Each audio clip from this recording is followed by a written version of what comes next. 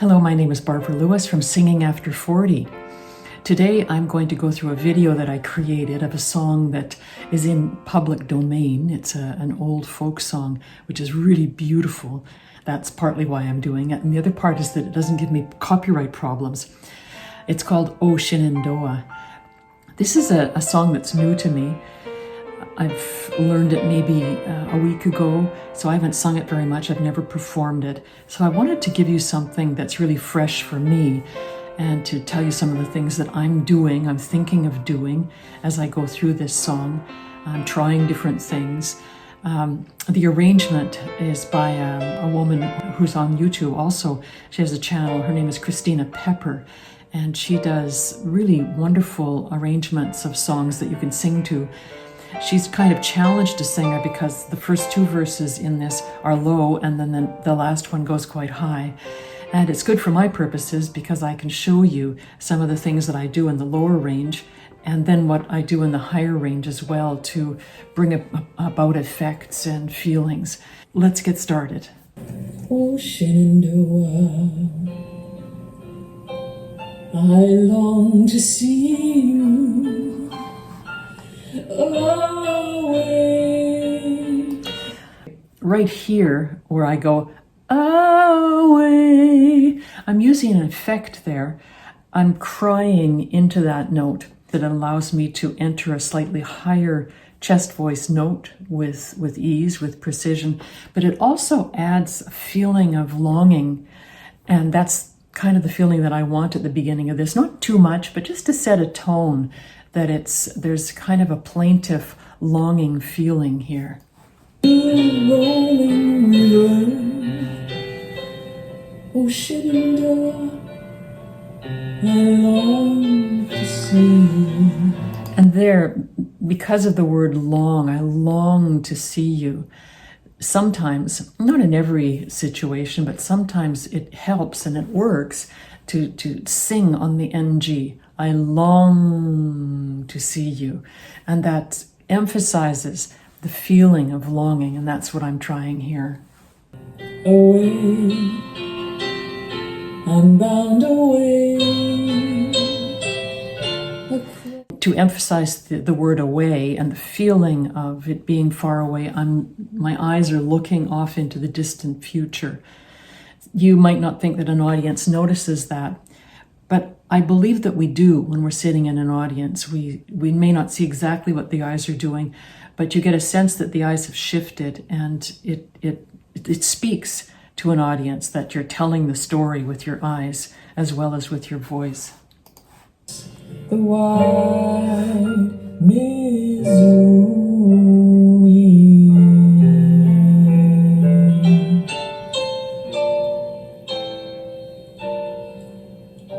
oh Shenandoah, I love your daughter. In the second verse, I want to make it different, a different feeling, kind of different pacing from the first verse. And here, it's brighter, it's lighter in some ways, and it's more spoken.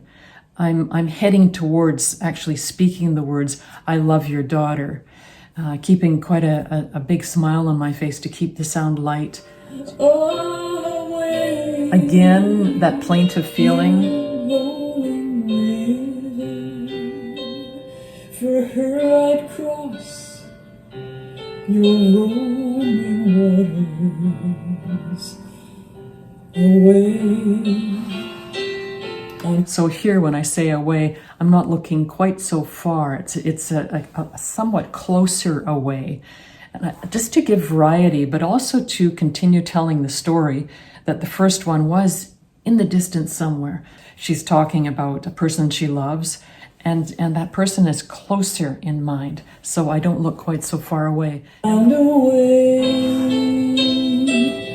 across the wide Missouri.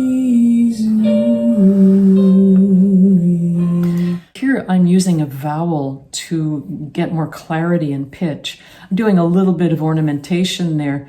Wide Missouri. So it's just a little turn, but Sometimes if you find that your pitch is not quite accurate, using a really narrow vowel like the vowel E, so instead of saying wide Missouri, which really it is, or Missouri, I'm using Missouri. In practice, I want to really pin down that pitch. It's more important in the next verse that goes quite a bit higher, where I sing the last part of this Missouri quite high, and again, I use the E vowel to really clarify pitch. Oh, Shenandoah, I long to hear you and see your lonely. So here I'm trying to keep my sound very light, very folkish, but up in that tessitura, where I can give a lot more juice to my tone, but I don't want to.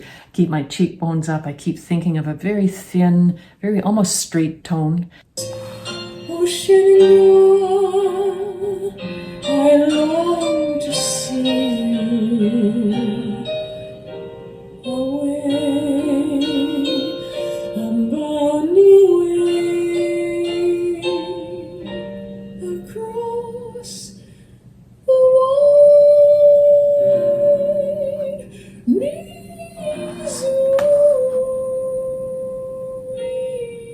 So there you saw that I used the E vowel in a fairly compact mouth so that the sound doesn't get lost inside the mouth, it doesn't get too big, and I can control the pitch and the straightness of the tone.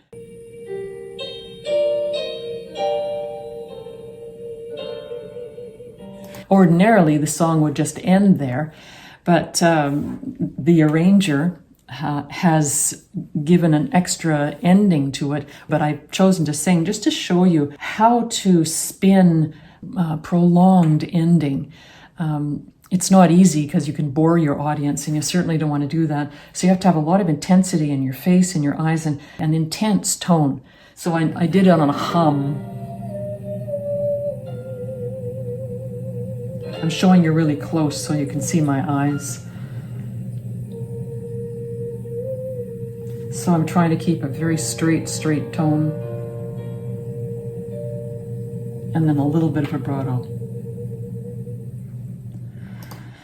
There's so many intricate little things that one can do that you don't think about when you're watching someone or listening to someone. But if you see up close like this, kind of behind the scenes, you see the kinds of things that you can do in order to make a more emotional, strong storytelling effect on your audience. Anyway, I hope you enjoyed it. This is Barbara Lewis with Singing After 40. I'll see you next time. Bye-bye.